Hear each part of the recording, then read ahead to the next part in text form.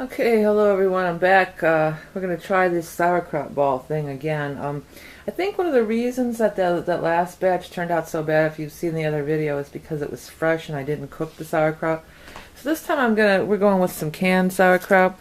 I'm gonna try some of this deviled ham because I think that might be more like shreddy, like kind of how I want. The main thing we're gonna need, I'm gonna try deviled ham, can of sauerkraut, onion and Worcestershire, and then we're also going to need a beef bouillon and flour mixture for later and a little garlic. Alright, so what I'm going to do is I'm going to get my onions chopped up, everything flaked, the ham flaked out, the sauerkraut drained and everything, and we'll come back and put it all together in the balls and we'll take a look at it from there. Okay, so over at the stove I've got my onion cut up. I'm going to put in a pat of butter, and I'm going to turn the heat on and start browning the onions.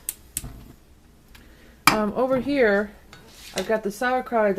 I put a little dusting of flour on it. I'm going to get that flour kind of down in there, a little bit better distributed while these onions are starting to brown. And then to that we're going to put some Worcestershire sauce. And even though this canned stuff is definitely much better than that fresh and maybe doesn't need as much cooking, I'm still going to cook it a little on the stove. And it doesn't even smell. That last batch might have just been bad. Or I don't know, maybe it smells like that raw. Okay. So notice now that the sauerkraut is getting sort of a brownish color, and that's of course from the Worcestershire sauce. Also, while this is onions are going here, I've got my usual concoction. I've got about a half cup water, tablespoon of flour, less than a tablespoon of bouillon. And we're going to whip that up to a good consistency. While those onions are starting to get going here. We got all our lumps broke up. Okay, let's get this butter in there and stir that around in the onions.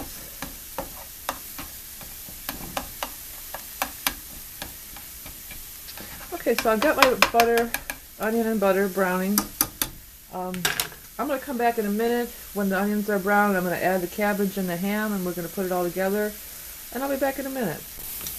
Okay, I'm back, and the onions are getting brown. I'm going to give a sprinkle of the garlic,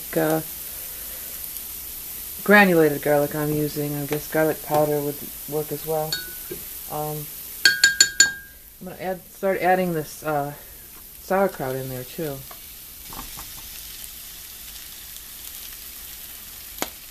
This is the larger can of sauerkraut. Maybe a smaller can probably would have worked, but we're going to go with that in there. Get my spatula and get it nice and mixed in with the onions. Last time I didn't really give it a chance to brown, and I think that was a mistake. So this time we're going to brown it a little with the onion and whatever butter's left over, and just kind of cook it down a little bit more. Okay, so while that's starting to cook down, oops, I dropped some on the stove. Where's that fork I had? We are going to use this and get this canned ham. I think this canned ham is definitely the way to go for sure. It's already like shreddy, it's already broken down. I think that's the way to go. I have 2 small cans. I think I probably would have used maybe 3. But we're going to go with 2. I think that 2 is going to actually work now that I see it in the pan with the stuff. I think that's going to be okay. Okay, oops. Let me get all this out of here. So after I get all this cleared out, the last step, of course, is going to be adding the liquid portion.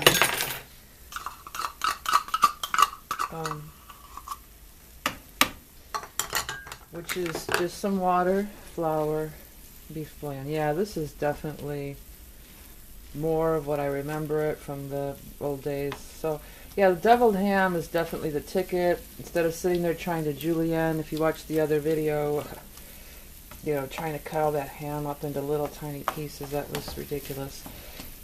So this is the way to go. This is definitely looking right. I want to give it a smell. I'm going to come right up and smell it.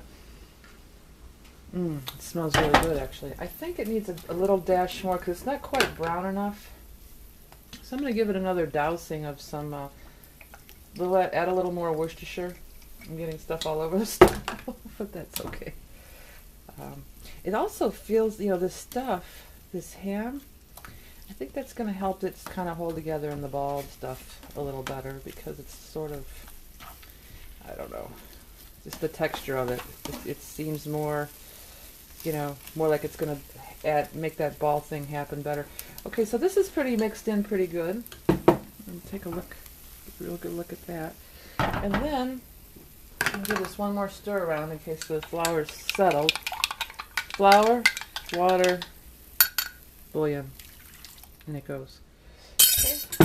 So I'm just going to cook this until it thickens up, and then we're going to roll it in balls. I'm definitely going with the panko. We're not even going to mess with the breadcrumbs this time. Okay, so I'm going to let this cook down, get thick and cool. Then we're going to roll it up, put it on a baking sheet, and bake at a 375-degree oven until golden brown. Back in a minute. Okay, I'm back, and this has refrigerated. I've got the bowl here of the mixture. It's refrigerated. It's gotten a little, cooled down. So I'm just using regular teaspoons.